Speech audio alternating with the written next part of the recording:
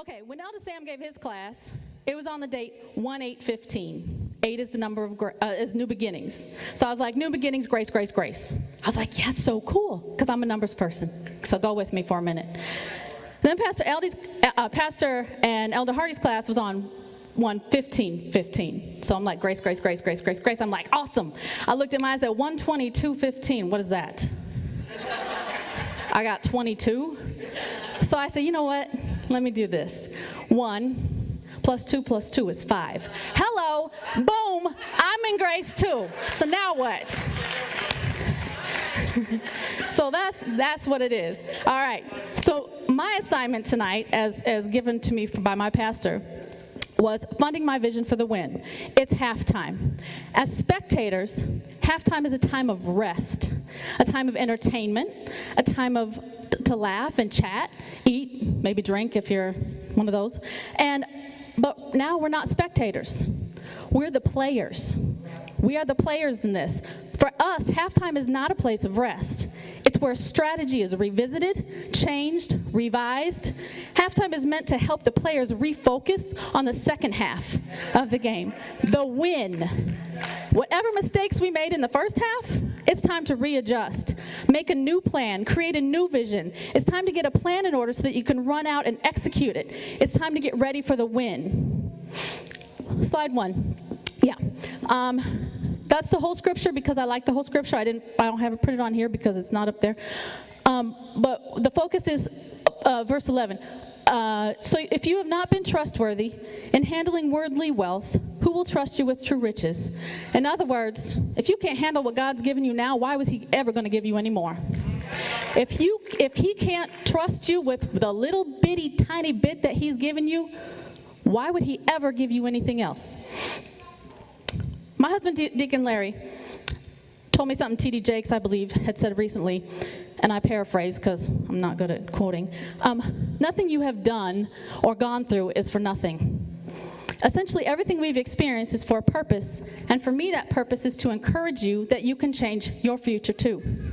So I'm going to tell you a little bit about myself, and I plan on being kind of transparent.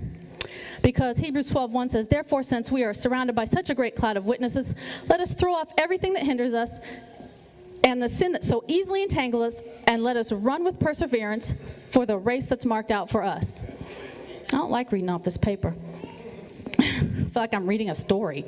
For those of you who were here on Sunday, you heard me say I was not born into a rich family. We struggled, but my parents were faithful to the Lord. And now they're living what my dad calls the good life. That's what he says. We are living the good life. And he means it. They're debt-free. They have money to do whatever they want to do. When they want to buy a house, they write a check. They want to buy a car, they write a check. They go on vacation, they write a check. And I say that, debit card, whatever. Cash, money, okay?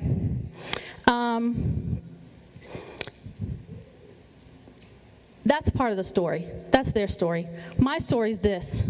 I've been a teen mom, a single parent, my credit ruined, my credit repaired. Married, divorced, credit ruined, credit repaired. Remarried, from homeless to homeowner. What I'm saying is I can relate. I get it. I've been down the road. I'm not just saying this because I'm a numbers person. It's because God pushed me through some things. And now I'm to push you through some things. Because that is what his call is on us as Christians, is to be a witness, to tell you what we've been through and encourage you that you can get through this. I'm not just saying you can be rich. I'm saying you can be wealthy. Rich can go. Wealth stays. The wealthy people, that's what we want to be. We want to break the mindset of poverty. We want to break the mindset of debt. We want to break the mindset of not having enough. It's time to live in wealth, people. God has called us to that. This is, okay, I'm way off target, but whatever. Yeah, I used to ride the bus to work. My lights have been cut off. My water, too. I've worked 2 jobs to feed my kids and gone to bed hungry so they didn't have to, but God. I went through all of that to stand here and say I can be a witness.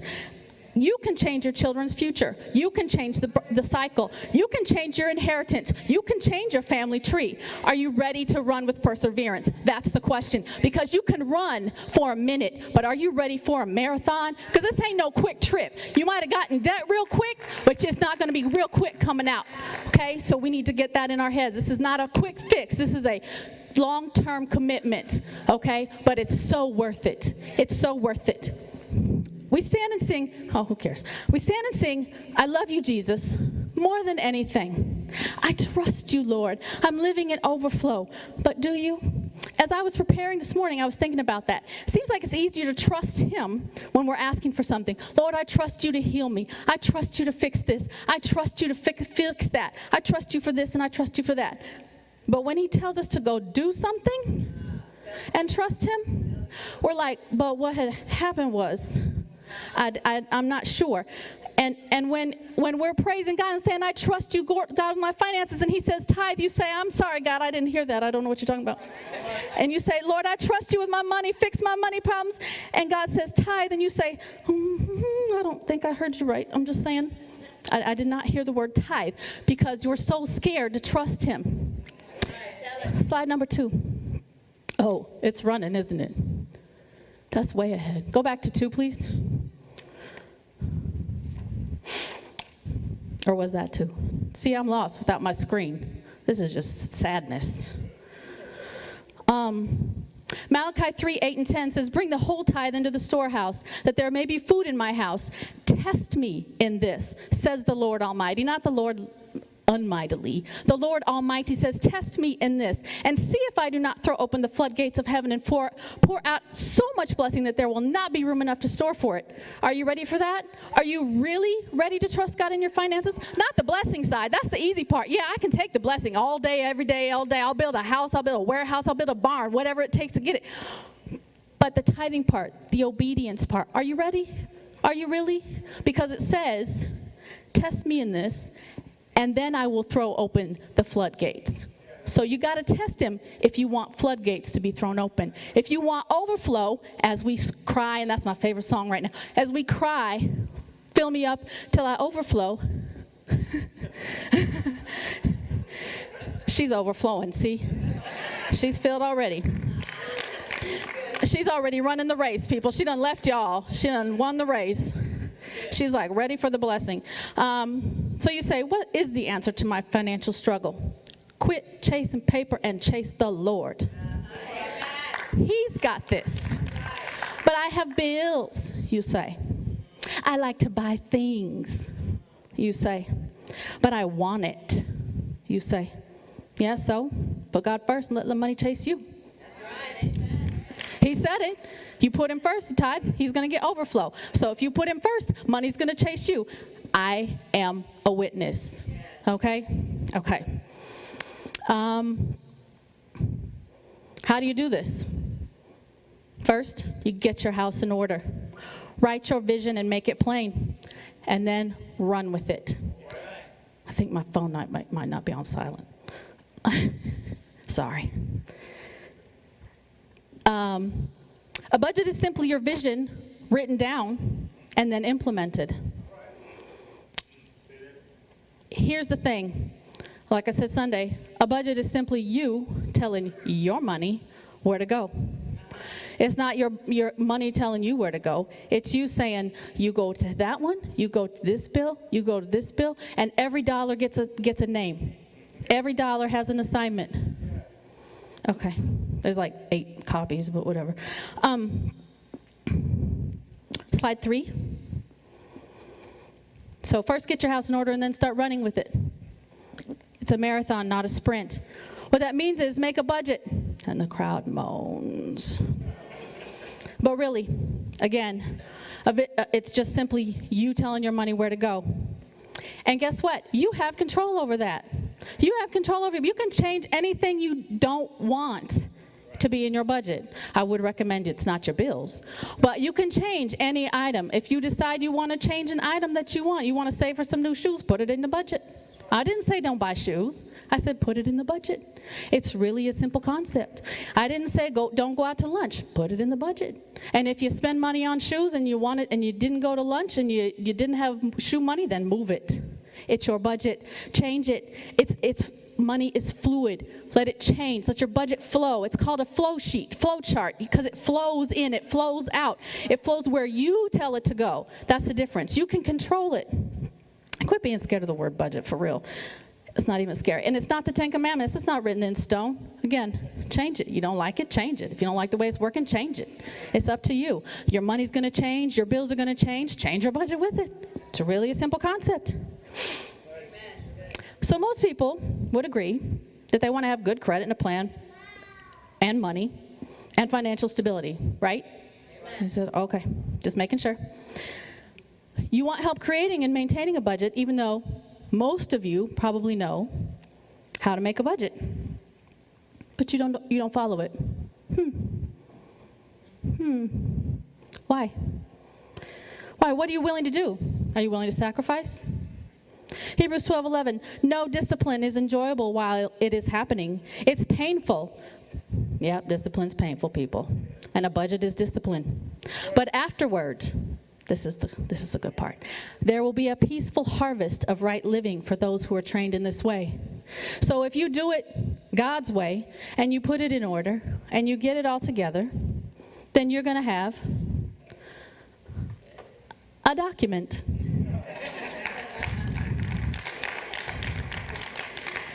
Having a budget, now I got to figure out where I'm at. Having a budget and applying it is the key to becoming debt-free. So what's your attitude?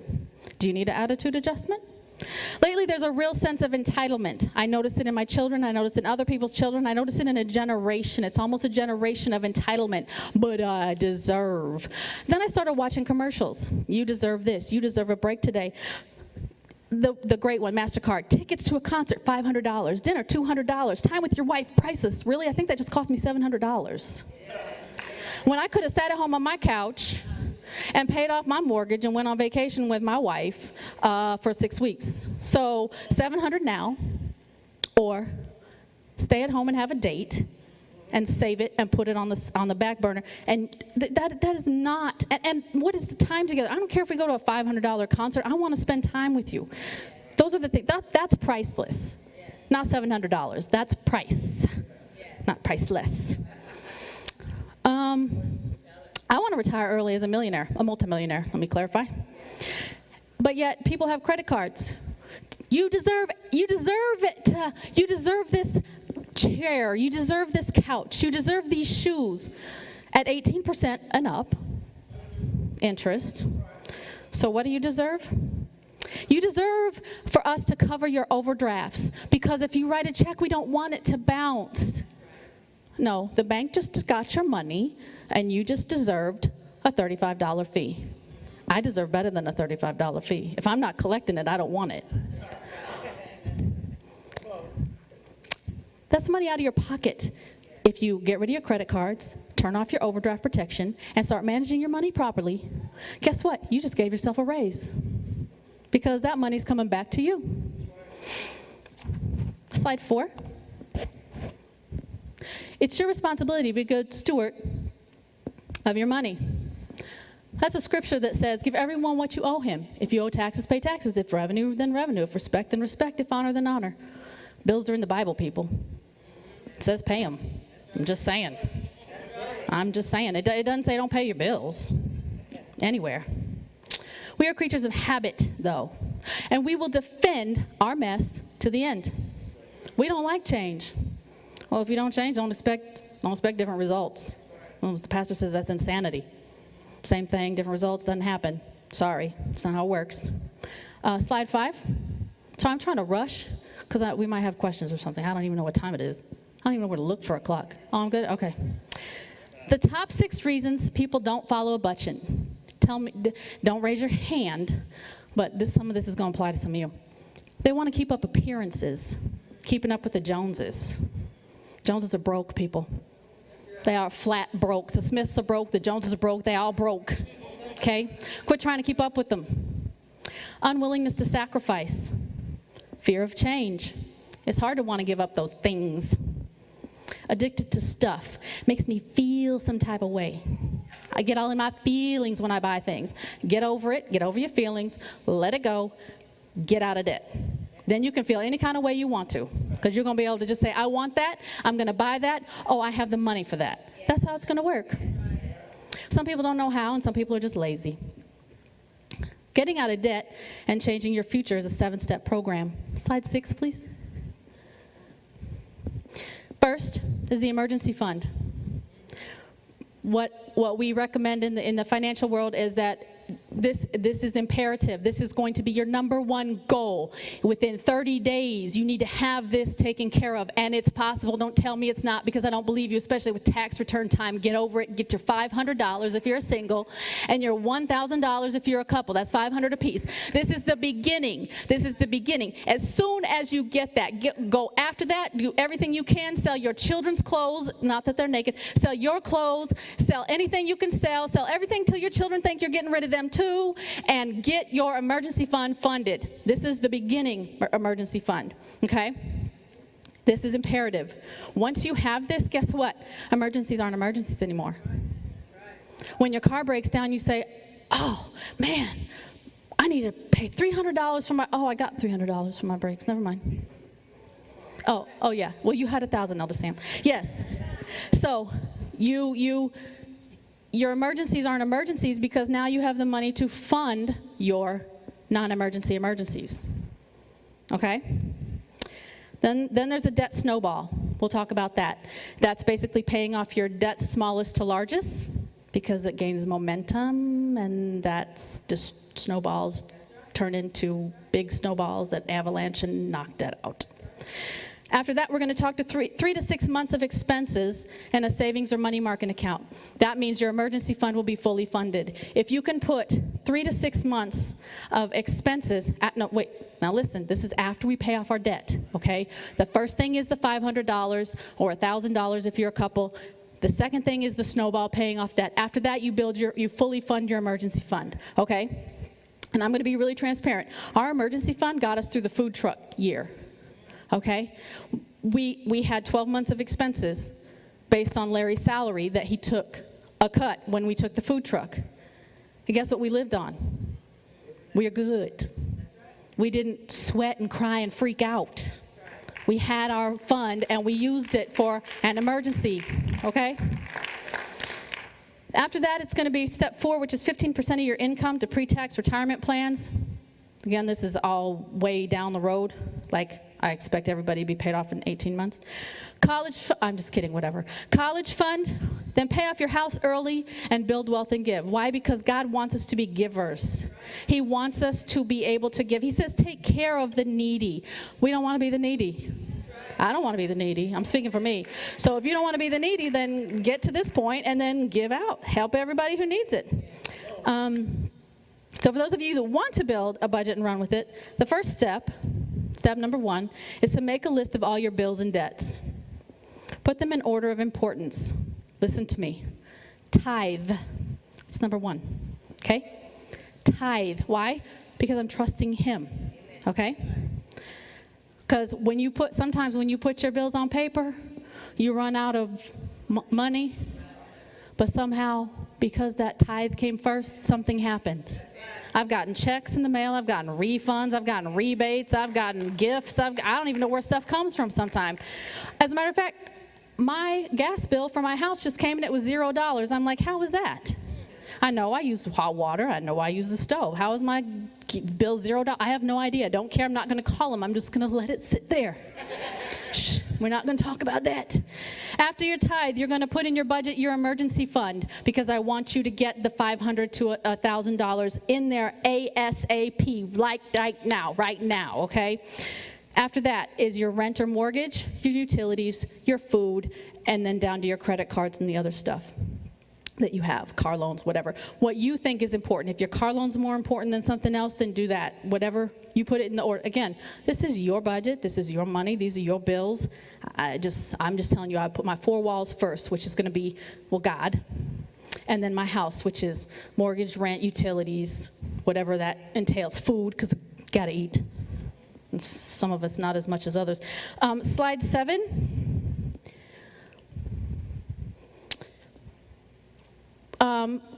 This is what an emergency fund is for.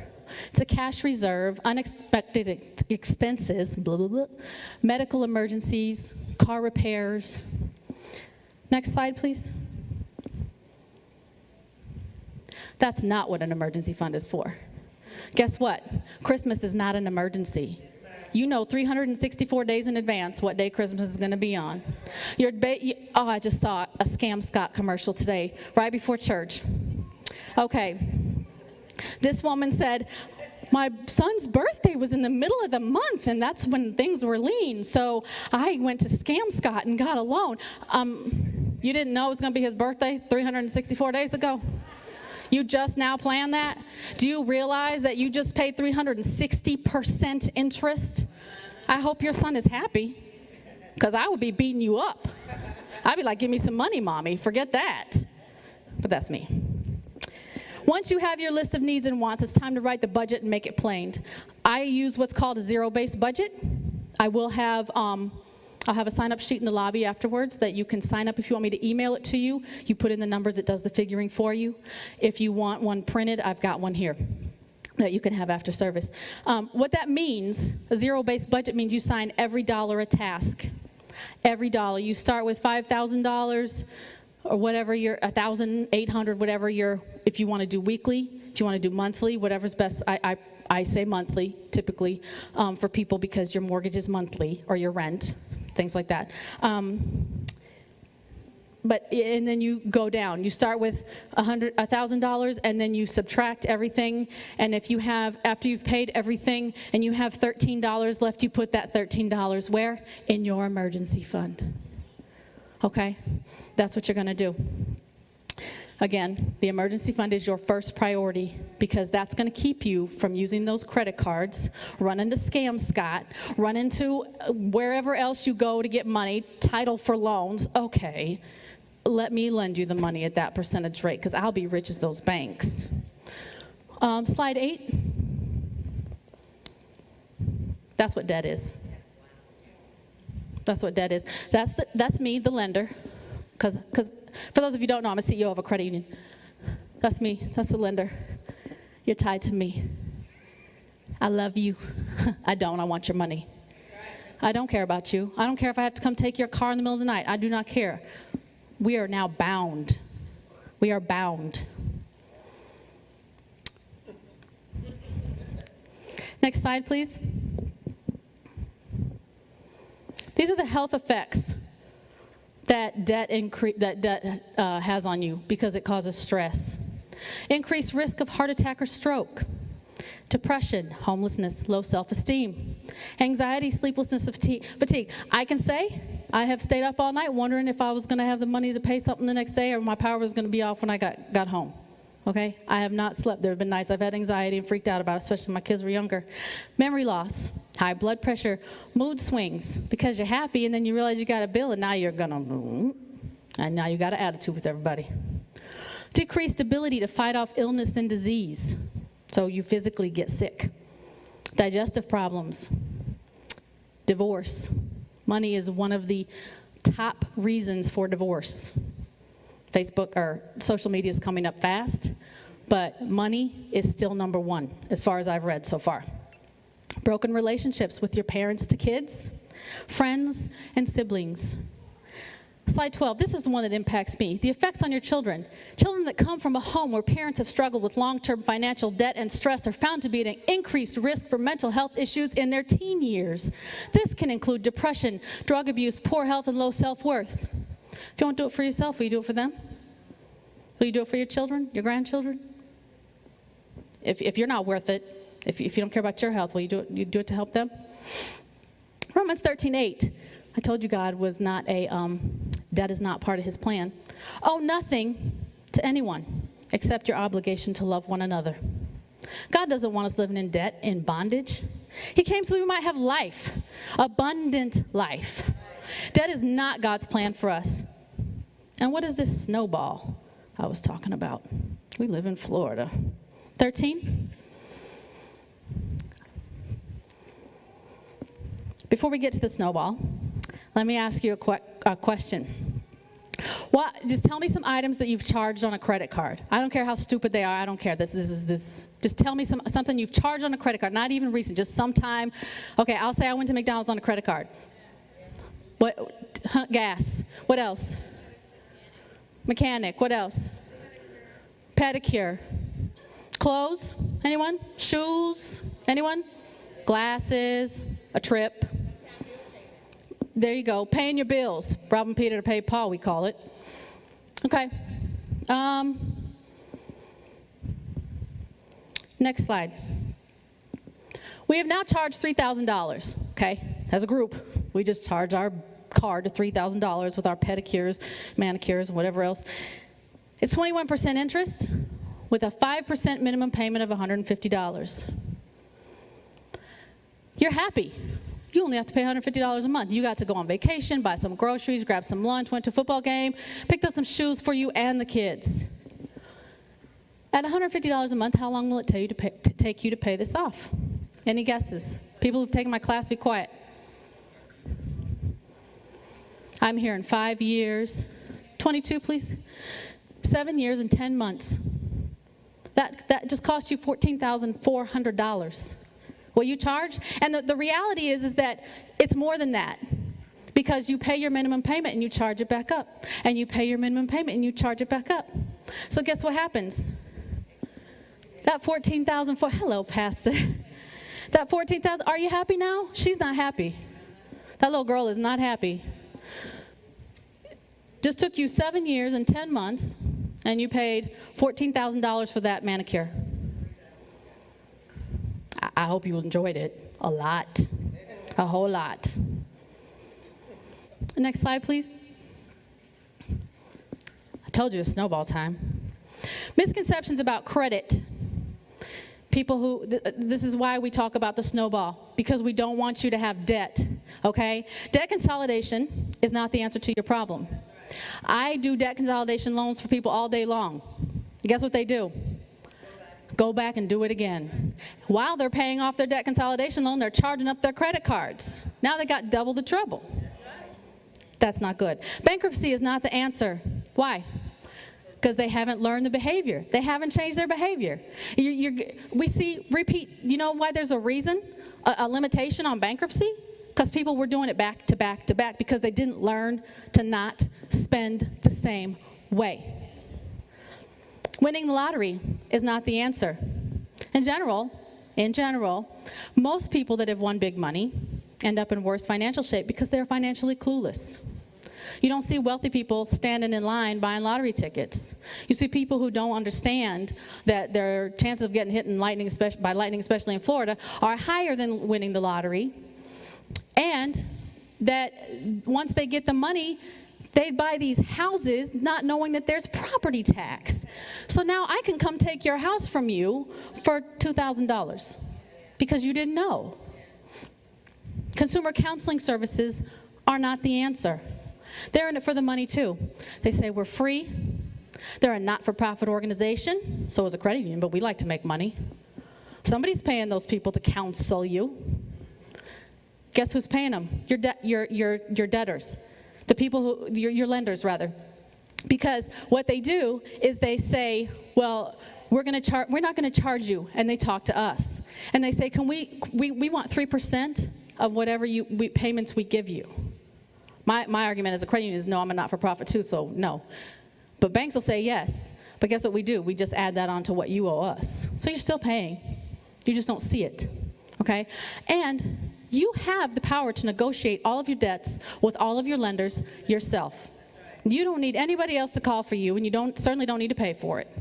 If you need help to know what to say, there's all kinds of stuff out there, and I can tell you what to say. Say, I can't afford it. I want you to lower my interest rate. I want you to refund my fees. Can you help me out? If they say thank you, I will call the next person on my list. Click. Because I want your money. I'm going to take it one way or another. The worst thing you can do is cut them off completely. Next slide, please. Because it's snowball time. If you really want to change your credit, it's going to take these: education, discipline, self-control, sacrifice. I know these are all exciting, fun words, aren't they? Perseverance, trust, intensive focus, a written plan, and most of all, obedience to God's word. And quit acting surprised when debtors want their debts repaid. If you lack the means to pay, your very bed will be snatched from under you. Proverbs 22:27. Yes, repo people were in the Bible. You don't pay, I'm taking your bid, okay?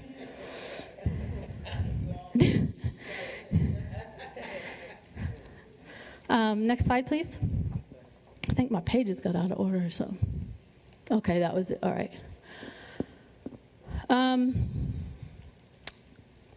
Do I want to do this or do I want to snowball? I lost my. I'm sorry. I should have went with this after Elder found it for me. It's got out of order somehow too. Let me see where I'm at. Okay. Whoa. Not trying to zoom on anything, thank you. Okay, we're going to talk about the snowball. I have some snowball things in there. I don't know what number my slides are. They got screwed up. I think they were slides 16 through 21. If you can go backwards, I don't know. If you can't, that's fine. We're going to talk about the snowball. What a snowball is you start with your smallest debt and put all of your resources towards paying off that debt. I don't care what the interest rate is, because right now we're trying to get momentum, okay? So put all of your resources to paying off that debt. But while you're doing that, continue to make the minimum payments on all of your other credit cards. You don't want to mess your credit up worse. On all of your other debts or loans or whatever, make the minimum payments, but find that small one. If you got a $300 balance, something, tackle that one first. This starts the momentum of a snowball effect. Next slide, please. This is kind of an outline. It's probably hard to follow. But say you had these 4 credit cards, $5,000, $625, $675, and $1,000. Those were your balances. And you decide you're going to pay the first one, you're going to pay them $100 a month. The other ones, you're going to pay them each $25, because that's what they require. Okay? Then by month 5, okay, we're doing easy numbers, don't say, but the interest rate, I know, just easy math. Okay. By month number 5, you've paid off your first one, and you can, woo, we're done with that one, yay. Next slide, please. Now you take, I think I jumped too far forward. Maybe not. Then you take the $100 that you were paying on the first debt, and you add it to the minimum payment on the second debt. Now you're paying $125. And you keep doing that, and you keep doing that until you're paying $175 on the last debt until it's paid off. You can go through the end, it's fine. And that's what a debt snowball does. It takes the smallest, you roll that payment into the next debt, then you roll that payment into the next debt, then you roll that payment into the next debt, and the next debt, and the next debt, and then you're like, I don't have any debt. What do I do now? Right. Well, don't have a party. Not yet. But you do. You say, well, I don't understand. I don't have debt. What am I supposed to do? How do I live my life? Now you get to live your life. That's what happens. That's what happens. These are some tips I'd like to give you when you're doing your emergency fund and your snowball and everything. Keep your savings account in a different financial institution than your checking account. Otherwise, you use it as your overdraft protection. Stop overdrafting. If you're following your budget, you shouldn't be overdrafting anything. Quit having the bank make you pay for your mistake, and they get the money, and no, I like it because I get a lot of fee income in my credit union, but I don't like it for us. We're God's people. You know, I think that we need to stop being irresponsible with our money. So shut off your overdraft protection or opt out. I know you're going to freak out at first. What if I made a mistake? Always, always, always balance your account. Not only do you need to know where all of your money's going, but fraud people will target you with little amounts. We had a lady who didn't even notice that somebody was taking $15 a month out of her account for 3 years. She didn't know. She never balanced her account. That's how they get you, okay? Get an accountability partner. We've talked about that in the classes before. Have an accountability partner, somebody who will keep you in line, somebody who will not just yes you to death. Oh, it's okay, those shoes were really cute. It's okay, girl, you should have got those shoes. I know it blew your budget, but it's okay, you look good. No. No. You look bad, take them back. Why'd you buy them? That's what your accountability partner needs to say. Not, yay for you. No, no, no, no, no, no. That's what they need to say. Listen to this very carefully, please. Never, ever, ever co-sign on a loan. Do you know why I'm asking for a co-signer? Because they're not credit worthy. So guess who's going to pay it? You. And guess who I'm going to come after? You. And guess who I'm going to take to court? You. And guess who's going to give me the money? You. Not them. I had a man file bankruptcy on his mama. She's paying. That's just sad. Why would you do that to your mother? Don't ever, ever, ever, ever co-sign, because the reason that we're asking for one is because they can't get credit for themselves. Also, listen to this. Do not lend money to a friend or family member. Once you lend money to them, your relationship changes. Why? Think about it, because I'm sure you've done it. Think about it. Now they're avoiding you. Now, because it's that bondage thing. It's that guilt feeling. It's that, I don't have it. What if they're calling me for that? You just really wanted to know if they were coming to the party on Saturday at your house, but they won't answer your phone calls because you're on reject, you're on decline, you're on block, because they don't want to talk to you because they owe you money. If you give someone, a friend or a family, money, gift, in other words, gift it to them, but not until you're right. Okay? Until you're in a position to do that, you have to say no. And it's okay to say no. It's okay to say to them, you know what, I am not together enough to be able to do that. I wish I could. I love you. Go with God. But it's not for you to fix their problems. Their lack of planning is not your emergency. Don't let it take your emergency fund, okay? Fix yourself before you help others. Proverbs 17:18. It's in the Bible. It's poor judgment to guarantee another person's debt or to put up security for a friend. It's in the Bible, guys. I'm just saying. I didn't make it up.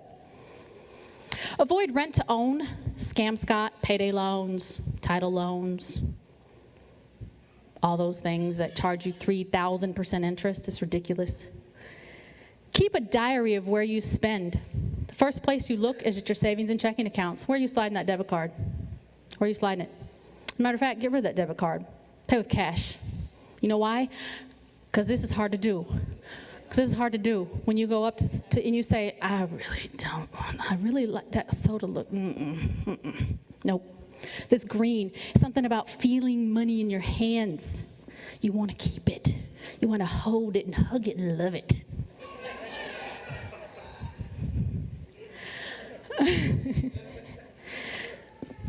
This is going to take perseverance, people. Jacob waited 14 years for Rachel.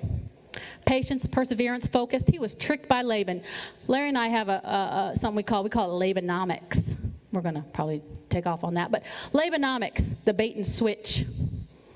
Laban tricked Jacob, but Jacob continued to work for 14 years. He persevered, and guess what he got? He got Rachel. He got land, he got cattle, he got blessed because he persevered. He did he just kept going after what God said, And instead of focusing on what Laban did to him. Laban is a lender, okay? He's a trickster. Is any question? Well, I guess we'll go over questions at the end. I'm sorry. Now that we've covered the snowball plan and are on our way to being debt-free, let's quickly talk about repairing your credit along the way. Dave Ramsey teaches no credit cards at all. Crown Ministries teaches being responsible with credit. I lean more to Crown Ministries, more to that, because there are a way to use credit to your advantage. I know several people who use credit cards, never have paid interest in 20 years, get the rebates, and charge their stuff and pay it off every month, and get rebates from Discover and rebates from wherever, and guess what that is? Money in your pocket that you didn't have to pay for. But you're not there yet. You have to be very disciplined. You have to have your money in order, and you have to have no debt in order to get to that point. So initially, I'm going to tell you, put your credit card someplace, give them to your accountability. No, don't do that. That's fraud. Fraud chances. Put it someplace away that it's not easy to get to. Get rid of your credit cards. And then when you pay off your debt and you get disciplined, then we can talk about how to use that. Never should your credit cards be used because you're short on cash. So good credit doesn't come by chance either. Boop, got good credit. Nope, that's not how it works. A budget will help you, though, achieve good credit. Because now, again, you're designating every dollar where it should go, you're telling it where it should go, you're commanding it where to go, you're praying over it, you're sending it out in God's name, and you're paying your bills, and God's going to honor you because why? You're tithing. So you say, how do I fix my credit? Here's one answer. Pay your bills on time. Ta-da! Class over, that's it. Pay your bills on time, your credit's fixed. That's only part of it. Okay, my thing went to sleep again. All right, where are we at? Here's some credit tips to raise your score. Pay on time. I said that. Pay at least the minimum balance while doing your snowball. I would say only pay the minimum balance while doing your snowball. Keep your credit card balances at or below 30% of the card limit. Let me tell you what they do. They say, here's a credit card, your limit's $1,000. And you say, yes, I'm going to go charge $1,000, I'm going to pay it off in 3 months. And your credit, and then you have to go buy a car because your car broke down. But your credit score just tanked because you charged $1,000. But they gave me $1,000 to spend. They didn't want you to spend $1,000. Not the credit scoring agencies. They want to see if you're responsible. So they don't want you to be maxed out. They want you to stay under 30%. You want the highest score on your credit report. Keep your balances 30% or lower than your available credit. That will boost your score immensely. Don't apply for a lot of credit at retail stores, Kohl's, all those places. We get 20% up. Yeah, and then my credit score is going to go down. I'm going to pay two more percentage points on a car. So let's see, I can either save $10 now or $10,000 later. I'll pass. Okay, use your head, think smart. It's a trick. Negotiate delinquent accounts yourself. We talked about that. Next slide, please. Time to get back in the game. Oh, I think something got out of order. That's all right. Okay, I'll go with this.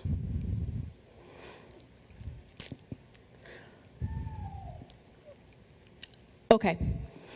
Also, don't apply at every store that you go to, because every store that you go to, it's a ding on your credit report, and it's going to cost you points. Applying for a car loan at the dealership is going to hurt your credit. You know why? Because they run it through every financial institution in their database. And whoever comes with the best rate, that's what you're going to get. Go get pre-approved at your credit union or your bank or wherever. Get pre-approved for your car loan. Not only does that give you more negotiating power when you're there, and you can tell them no. And yes, women, we can walk away from cars too because they think we're stupid and we don't know what it's worth. Look it up, find it out. There's too many resources for them to still have the mentality that because she doesn't have a man shopping with her, she doesn't know what she's doing. Let me tell you how many cars we've walked away from. Hundreds. Because I'm not going to pay what you're asking. And then, you know what happened to me one time? I said no. I left the lot. I went and bought a car somewhere else. The next day at my office, this man is calling me outside. Hey, I brought that car. It's sitting outside. I said, I'm sorry, I bought a car. You see that red one next to you? That's mine. You have the power of negotiation when you get pre-approved. So don't let dealerships run your credit through the mud. Every ding you take is going to hurt your credit score. And know this, if you pay for a credit score, it's not what I'm looking at. We have a different matrix than what you see. You see the owner, the personal. You see yourself. You see it's ran through a different matrix. You see the score according to people, I guess. I see the score according to credit unions. Credit cards see the score according to credit cards. They have a different criteria. They want you to have a lot of credit cards, so they look at that. They like that. Banks have a different matrix. We all get a different score. All three credit bureaus, you can have the same thing on every bureau. We're going to get 3 different scores every time. I've never seen a score come up the same on 2 credit reports, ever, with the same information. A husband and wife can have the same exact information, and guess what? Their credit score is not the same. I won't get on my soapbox about credit scores. It doesn't make sense. It's stupid. It's a broken system, but it's what people use. And if your credit score is low and you don't know it, that's costing you too. because you're paying higher for insurance. You're paying higher for other things. You probably have to put a deposit down on a cell phone. All those things that fixing your credit will help you save money in the long run. I already said this one. I said, repo, you still are gonna owe. Because if I come and take your car, and you say, I can't afford it, I'm gonna come repossess your car. And I take it and I sell it, you owe $10,000, I sell it for $5,000, guess what you owe me? $5,000, and guess what you have? Not a car. Just because I repossess your car does not mean you're not still legally obligated to pay me the difference. Know that, okay? So negotiate with your people. Don't ever cut your lenders off. Talk to them. Let me go through that. Okay, look. I can tell you all day long, but if you don't write the vision, make it plain, and then run with it, you'll be right where you've always been. The key is writing it down. The key is running with it. I was going to bring ingredients to make a cake, and I was going to say, look, here we got the sugar and the eggs and the oil and the flour and the whatever else, and then here's the cake. And I was going to say, here's your cake. Everybody come eat some cake. That's not cake, Marissa. That's nasty. I'm not going to eat no flour and some raw eggs and some oil. And I was going to say, but it's a cake. It's a cake. I know it's a cake. There's everything that goes into it. But until you put it together and mix it and stir it and put it in the oven and patty cake, and you get it out and you ice it, it's not a cake. So if I'm giving you everything you need, but you aren't applying it, don't expect anything different. Please don't. Please don't. What are you willing to do, though? Are you willing to sacrifice to achieve your vision? This isn't just about our financial vision here. This is about our entire vision. We're talking about funding our vision, whatever your vision is. My vision is to be able to go out and teach this in the schools so that our children don't have to learn this at our age. I want our children to know this beforehand. I want to save them from the same mistakes that we made. I want them to understand what putting money, this is good. Okay. If it's in my bag, actually. If I give you, some of that church stuff and some, here, this will work. Okay. If you are 18 years old, I want you to hear me. And you invest $100 a month in the stock market, which is right now around 10-11%, okay? And overall, it's between 8 and 15, so that's still better than any CD you're going to get. $100 a month from the time you're 18 years old until you're 28. For 10 years, you invest $100 a month. At age 65, so you've invested $12,000. Okay, that's all. You stop. You never put another dime in there. You've invested $12,000. At age 65, you will have $1,072,121.25. That's called compound interest. You put in 12 grand and you got $1 million. Hello. I would like to do that, please, but I didn't know that when I was 19 and 18. So what if I start now? Well, not here.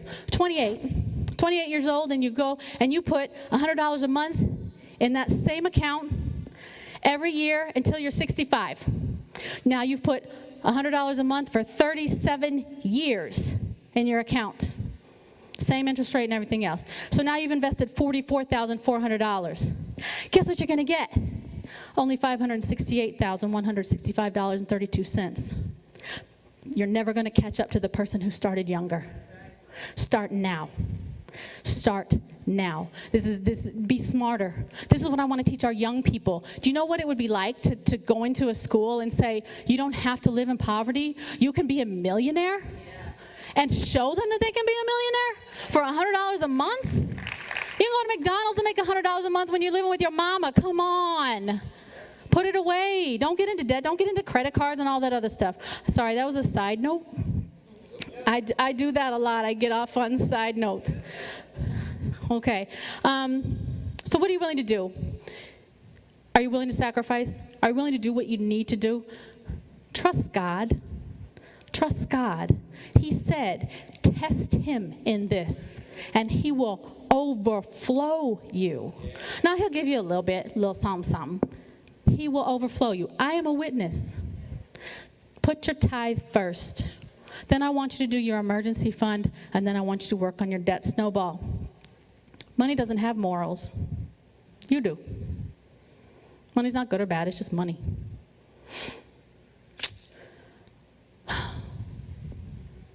When you're doing your budget, one thing I want you to do, be prepared for emergencies. Set up a budget for irregular expenses, like if once a year you have to pay something weird or whatever, okay? Give yourself fun money in the budget. It's not about, when I say sacrifice, I mean quit spending all over the place. Assign the money, give the money an assignment, and then make the money do the assignment that you've told it to do, okay? Buy only what you can afford and need. Just till you get out of debt. It's worth it, I promise you. When I say my parents write check for houses, I'm not kidding. They bought 2 within a year. One is their vacation home, one is their home. I'm going to be there someday, you watch. If you're married, get on the same team. A house divided will fall. Get on the same team. If you're going to get married, make it a condition that you know where they stand financially before you make that commitment with them. Because, surprises suck.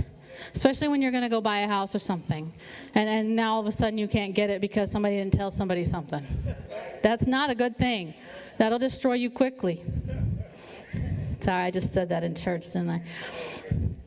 Embrace the power of cash. Get rid of your credit cards, for real. Get rid of your credit cards. You are just paying and paying and paying, and you're hurting yourself. As soon as you pay off all your credit cards, you've just given yourself a raise, because 21% and 36% and whatever else, that's back in your pocket. That's more than you were going to tithe anyway.